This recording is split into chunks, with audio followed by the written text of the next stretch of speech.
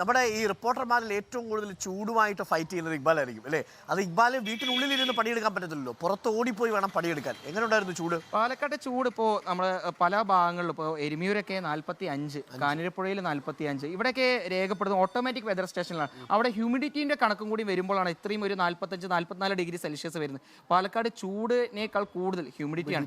ഇപ്പോൾ നമ്മൾ ഈ നിൽക്കുന്ന കൽപ്പാത്തിൽ ഇപ്പോൾ വെതർ നമ്മൾ ജസ്റ്റ് ചെക്ക് ചെയ്ത് നോക്കുമ്പോൾ 75% ഹ്യൂമിഡിറ്റീൻ്റെ കണക്ക് കാണിക്കുന്നത്. അതുകൊണ്ട് വലിയ രീതിയിലൊരു ഉഷ്ണമാണ് അനുഭവപ്പെടുന്നത്. ഇപ്പോൾ തമിഴ്നാട്ടിലുള്ള നമ്മുടെ സുഹൃത്തുക്കളോട് സംസാരിക്കുമ്പോൾ അവിടെ ചൂടുണ്ട്, ഇതേപോലെ 39 ഡിഗ്രി 36 ഡിഗ്രി ചൂടുണ്ട്, പക്ഷെ അവിടെ ഹ്യൂമിഡിറ്റി കുറവാണ്. അതുകൊണ്ട് ഈ ഉഷ്ണമല്ല, പാലക്കാട് ഈ ഉഷ്ണം കൂടുതലാണ് ഹ്യൂമിഡിറ്റി ഉള്ളത്. കൽപ്പാത്തി പുഴയിൽ വെള്ളം ഉണ്ടോ? ഇപ്പം വെള്ളം കുറവാണ്. മലമ്പുഴ ഡാമിൽ ഉൾപ്പെടെ വെള്ളം കുറവാണ്, വാളയാറിൽ വെള്ളം കുറവാണ്. ഇനി വരും ദിവസങ്ങളിൽ വരൾച്ച വരും. അതുകൊണ്ട് എങ്ങനെ നേരിടും എന്ന രീതിയിലൊരു സംശയമാണ് ജില്ലാ ഭരണകൂടത്തിനുള്ളത്. കാരണം ഈ മലമ്പുഴ ഡാമിനെ ആശ്രയിച്ചാണ് പാലക്കാട് നഗരസഭയും 6ഓളം പഞ്ചായത്തുകളും ഉള്ളത്.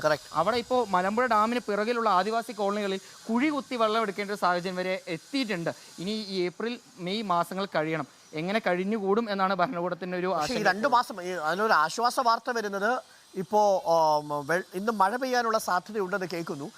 പാലക്കാടും ഇന്നും മഴ ഉണ്ടായേക്കാം, പക്ഷേ 39-40 ഡിഗ്രി സെൽഷ്യസ് വരെ വരും. തുടർച്ചയായിട്ട് 3 ദിവസം മഴ കിട്ടിയാൽ ഒരു ആശ്വാസമാവും. അതായത് പാലക്കാടുകാർ മുഴുവൻ ഒരുപോലെ പറയുന്നത് എന്താണെന്ന് പറഞ്ഞാൽ ഒരു 4 മഴ ഈ ഡാമുകൾ കേന്ദ്രീകരിച്ചത് അല്ലെങ്കിൽ മലനിരകൾ കേന്ദ്രീകരിച്ച് ഒരു 4 മഴ കൃത്യമായി കിട്ടുകയാണെങ്കിൽ മെയ് പകുതി വാരം അല്ലെങ്കിൽ പകുതി വരെയുള്ള ഒരു ആശ്വാസം ഉണ്ടാവും. വലിയ രീതിയിലൊരു ജലക്ഷാമത്തിലേക്കൊന്നും കാര്യങ്ങൾ എത്തിക്കില്ല എന്നൊരു കാര്യമാണ്.